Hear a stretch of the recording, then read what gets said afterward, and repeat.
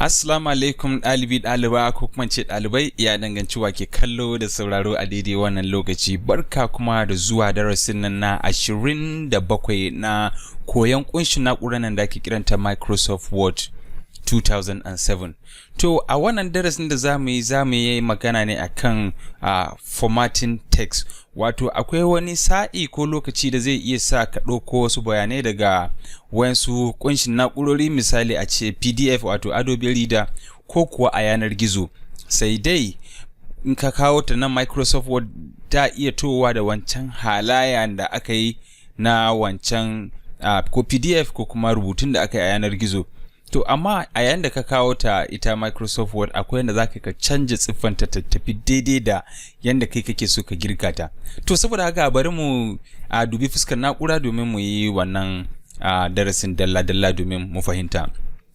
Idan muka dubi fuskar na'urar nan zan so in ɗauko wato daga PDF sai in yi amfani da shi. Kamar da muke gani a nan wannan littafi ce magana jari ce. Wanda duk da haka daga www.hausaebooks.com.ng ne na ɗauko, wanda za ka iya zuwa domin ka sami littattafan da kake so na Hausa. To kamar yadda muke iya gani ga rubutun nan dai daga ita wannan PDF. Dama idan ka ga wannan abin tambarin PDF ne ko kuma za ka ganta a rubuce a nan. To ma'anan PDF shine Portable Document Format.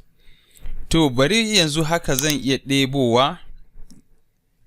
Wato ina highlighting kenan, ina son kofe ta domin in kawo ita Microsoft Word.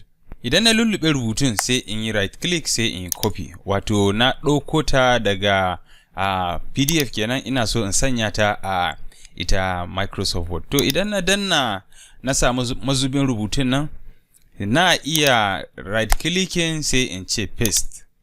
To mu dubi abin da muka samu a nan. To kaga ya to da daidai halayen ita PDF ɗin kenan, sai muka kawo ta zuwa Microsoft Word. Sai dai za ka sake lullubewa kai wasu canje-canje ya tafi maka yanda kake so.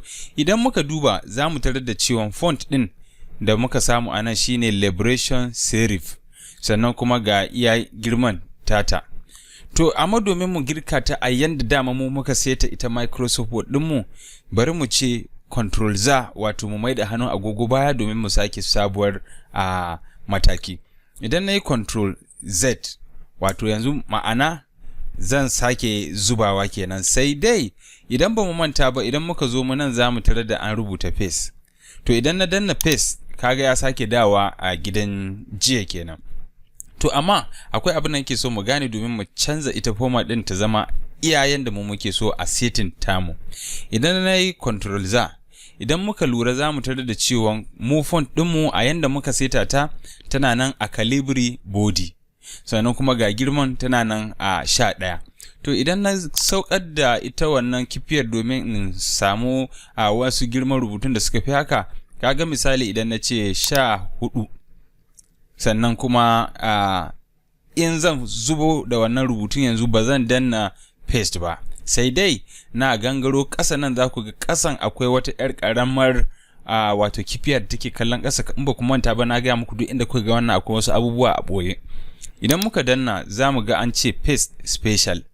To idan ka danna paste special za ka tarar da wata kwali wato dialog box kamar haka da za ta fito maka, sai ka ce unformatted text. Idan ka ce unformatted text sai ka ce OK. To kaga tsiffan ta canza iya setting tamu. To yanda za ka yi kenan ka canza tsiffar wato ita rubutun da ka ɗauko daga wani wuri zuwa taka setting. Yanda muke gani yanzu haka, idan na ce Control Z ya tafi, sai na sake cewa asalin ya pasting kawai zai to mana da halin na da, kamar da muke ganin bambancin. Ina fatan ɗaliba ko kuma ce ɗalibai kun fahimci wani sabon abu akan wannan darasin. Mu kasance a darasi na gaba. Na gode.